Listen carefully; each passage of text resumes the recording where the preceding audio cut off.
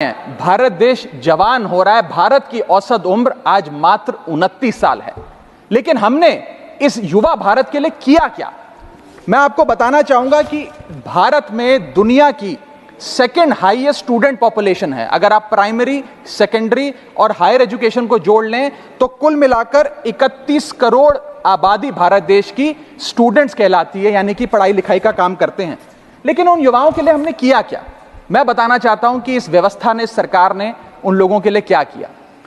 2 IPL हैं sir इस देश में।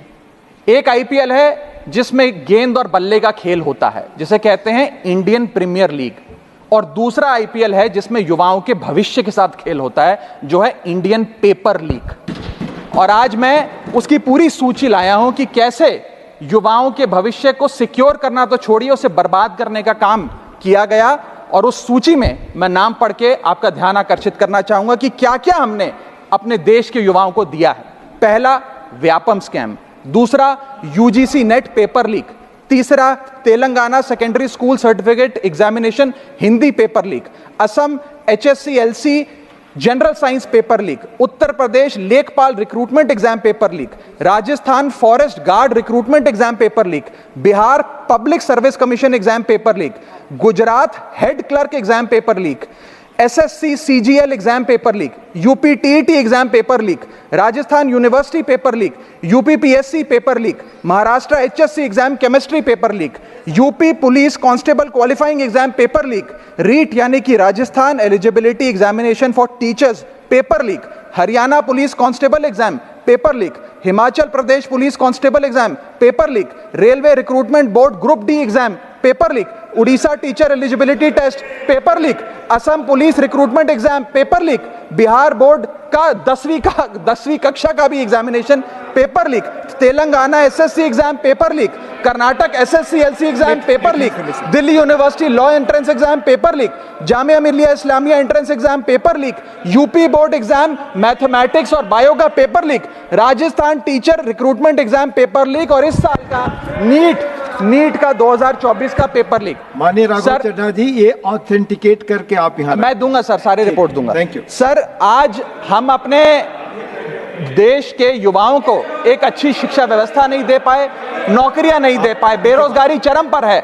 ऑर्गेनाइज सेक्टर की बेरोजगारी चरम पर है और अनऑर्गेनाइज सेक्टर की तो आंकड़ों की क्या बात करी जाए। सर मैं इन स्टूडेंट्स की पीड़ा इसलिए भी समझता हूं क्योंकि मैं खुद स्टूडेंट रहा हूं। इस देश की सबसे one of the most competitive examination chartered accountancy को क्लियर कर यहां पहुंचा हूं। सर, मुझे पता है कि क्या पीड़ा होती है जब सालों की आपकी मेहनत पर पानी फिर जाए क्योंकि एक एग्जामिनेशन, एक पेपर लीक हो जाता है। तब सिर्फ दिल नहीं टूटता, विद्यार्थी, एक इंसान पूरा टूट जाता है, उसका मनोबल टूट जाता है। आज उस मनोबल को हमें सबको मिलकर एड्रेस करने की आवश्यकता है। और आज मैं उन युवाओं की ओर से, नीट से संबंधित उन 35 लाख स्टूडेंट्स की ओर से सरकार से 5 सवाल पूछना चाहूंगा। और वो पूछने से पहले ये बताना चाहूंगा कि NTA, जिसे नेशनल टेस्टिंग एजेंसी का नाम देके जिसका गठन किया गया था कि वो युवाओं के भविष्य के लिए कुछ कारगर कदम उठाएगी, एक ट्रांसपेरेंसी से एग्जामिनेशन कराएगी, उस NTA का फुल फॉर्म आज नो ट्रस्ट एनीमोर हो गया है।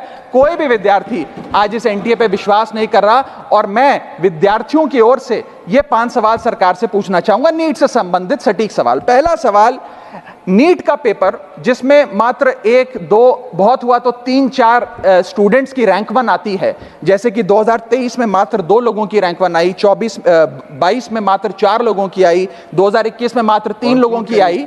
जब इतने कम स्टूडेंट्स की रैंक 1 आती है, तो इस साल 2024 के नीट के पेपर में कैसे 67 बच्चों की रैंक 1 आ गई, जबकि फैकल्टी और टीचर्स ये मानते हैं कि बहुत मुश्किल पेपर था। सर, मेरी पार्टी का समय बचा हुआ है। सर प्लीज मेरे को 2-3 मिनट दे दीजिए। नहीं सर, 4 मिनट, 5 मिनट भी नहीं हुए। सर वक्त दे दीजिए please. Conclude with in 1 minute.